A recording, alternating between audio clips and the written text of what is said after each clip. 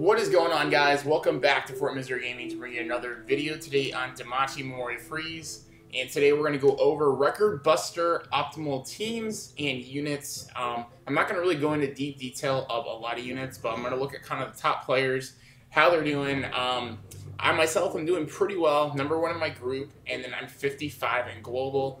So you do need to hit, if you go to the all player tab, this is the goal for 50, so you need to hit right around 15 million if you want to get that top 50 rank reward. So very, very hard, a lot of competition. So I would say, very good if you're a very seasoned player to aim for, top 3 in your group and then top 200 global. That's always my personal strive and goal each record buster season. So, but let's go over to Careless's team, and you guys can kind of see how the record buster teams are now going about. So you see these 3 adventurers here, Eyes, Belle, and Finn are the top 3 you will see this season.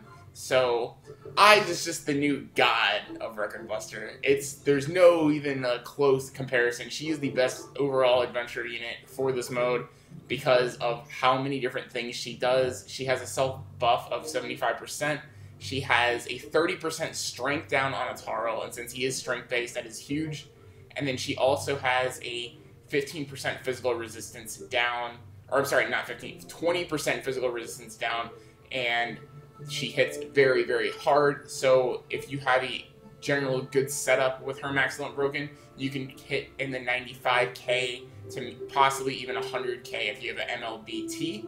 So then we also have Belle, who's overall, for usefulness, he's probably the best, most useful physical adventure unit, just because he has a self buff, he has AoEs, he has a physical resistance down, but you won't use that in record buster because Eyes is just better. His, I believe, does do it for the whole team, and then he has a strong single target move as well, which makes him a very good candidate also for record buster. And then Finn, very similar to Belle, he has a self buff of 75%. He has a generic mid AoE skill, and then he has a high physical attack single target, which is, you're going to be using his buff and his single target as well. Then he's rocking the double sacrifice unit play, which his double sacrifice units are going to apply a 15% guard down on the Ina assist, and then a 100% seal resistance on the Anya assist. So I can't run his variation because I just don't have the resources to make Ina max limit broken, and to really have her useful, I feel you really do need her MLB because she is only a natural 3-star. Just because the effects are so much better, generally for natural 4-star units as compared to the 3-star units. So I believe it's only 12 or 10% if she's not MLB, which is a big difference. So obviously getting that guard rate down so that you're more likely to crit and he won't guard against you is a huge thing. So then he has Osfi, which is probably the #1 record buster healer support unit in the game, simply because she has a good heal, she has really good stats, and she has a 30% damage reduction for all types, and her heal does let you counter back, which is extremely useful when you're trying to deal as much damage as possible. Increase your counter rate by 30%.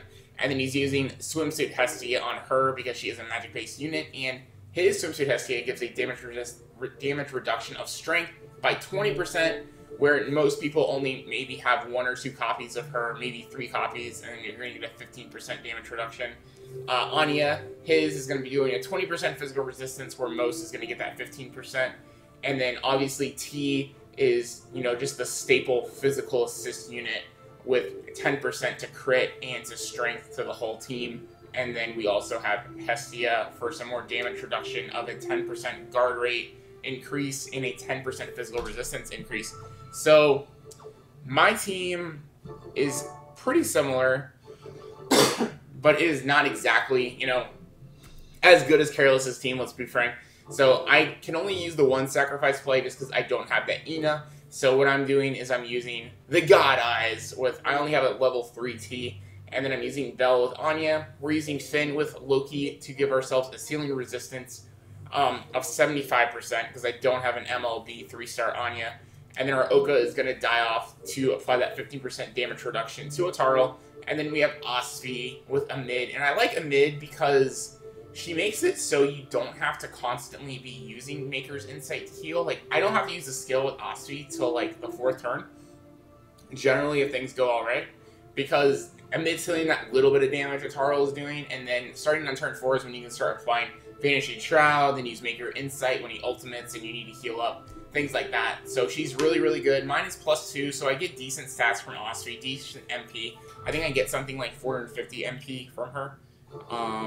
No, 225. Okay, so 225 MP, which is still pretty good. So that's quite a bit. My overall MP is 459, which is really good, considering Osvi is an MP whore. So you really need that. And then I'm using Shigusa with, I know it's awkward having Chloe, but Chloe's in there just to absorb the hits for, you know, to help my units survive, and then to hopefully, if Eyes can survive long enough, to heal her up so I can still attack on the last couple of turns. So let's go and do one run. I'm not, even if we fail on this, I'm not going to restart. I'll just give you guys kind of the idea of how we'll go through up till turn like 10-ish. Even if we get sealed, which sometimes does happen with only 75%, we're just going to deal with it. So we'll do our damage reduction first, then we'll do our buffs. And hopefully Oka goes down on turn 1 so we can start getting those in mid heals. And we do go down, so that's good. Dang, he actually did a lot of damage. For his first turn, he normally does not do that much. We'll see how this goes. So I am going to not bother using Osvi's heal right now. Okay. So we're still good. That's good. Alright, so we'll pump with Eyes, and then we'll keep our regular attacks. And then next turn we'll use Vanishing Shroud. And see, that AoE didn't do too much damage, and he only attacked once, so we pretty much were able to heal up to full. Now we'll use our Vanishing Shroud. We'll do damage reduction again, and then the single targets once again. So this is kind of the flow you want. You see that great damage output that you do there. And with Vanishing Shroud, definitely going to put us in the green zone of not needing to worry about Guy. And Eyes to get a guard there, which is really good. So now we will use Maker's Insight to obviously heal up. And I think we do need a physical resistance down, so I'm going to go ahead and apply that now, just so for next turn, even if Eyes attacks, doesn't attack first, I'm going to have that physical resistance down for the single target attacks from Belle and Finn. And now I can use Stiletto to basically pump her up, to pump Eyes up, and then we still have our damage reduction on, so we can skip a turn of having to use MP. And you can see there we're already down to 343 MP with Osvi. So now we can apply Vanishing Shroud. We're still pretty decent HP for everybody, so we don't need to worry about healing just yet. And then we'll apply our Strength debuff one more time. And then these guys are good for single targets still. And we're still okay. And we'll go ahead and take a heal here, because we are going to get ultimated here, so we do want to be in really good position, and because how Eyes' skills overlap, and see, we did get that seal. We did get sealed, so that sucks. At least that's on Belle, and it's not on Finn. I definitely want a seal to happen on Belle, if anybody, because Finn's the guy I ultimate with, so. And we're healed at full. We have Vanishing Shroud active, so we will survive these hits. So that's good. And then we'll go and use Maker's Insight one more time. And then we're going to go ahead and pump with Eyes and Finn. And then next turn we can do our ultimates. And that's exactly why we would have lost Belle there completely if we would not have healed that turn. So now we can use Vanishing Shroud, I believe. Yep. Because we were good enough on health. So Belle is still seal locked. But now we can use our ultimates. I'm pretty sure he still has physical resistance down. He does, and strength down. So then next turn, we can go towards strength down. So let's see, even though Bella's sealed, if we can get lucky here and get a crit with Eyes, then we could still have a decent score at the end. We did not. We only got 62k. So if you don't crit with Eyes on our ultimate, it's pretty hard to hit over like 13 million. But Finn did get a crit there for 73, so that's good. So if we get lucky and Eyes gets maybe some guards in here, we may be able to get our, and finally Belle can attack. We may be able to get actually one more special off if Eyes can guard some of the ultimates. So now we get, I believe we're going to use Blade Dance, if I'm not mistaken, to lower his attack. There we go. And good. That was really good that she was able to do it first before he attacked. So that's really good. And now he's gonna buff himself. And the turn 12 is definitely like the survival turn. And oh, we healed too many times. Okay, we still have our buff activated, so that's good. Alright, so let's see who all is going to survive this turn. I believe we'll still get the buff from Vanishing Shroud, I think. I think it'll still be applied. We'll have to see.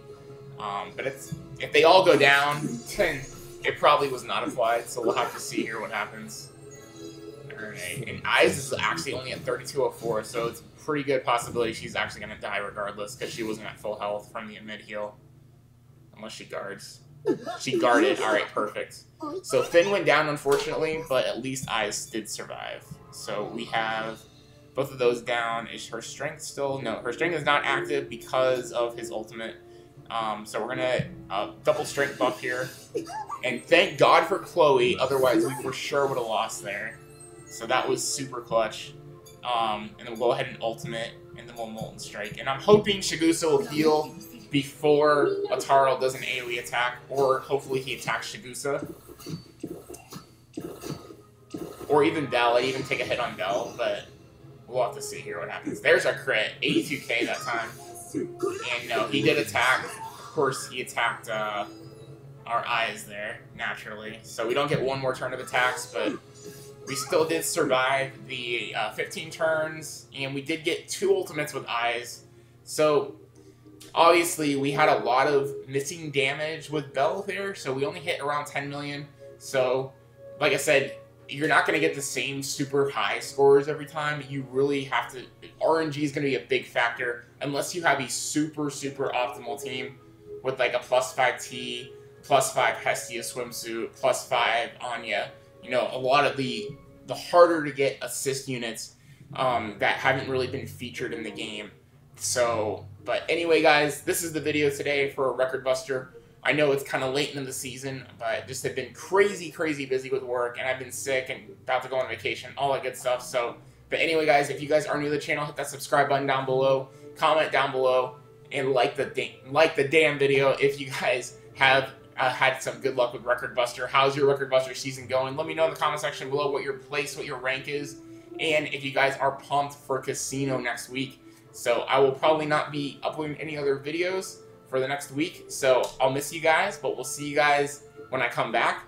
And until then, guys, make it a great day, and we'll see you in the next one.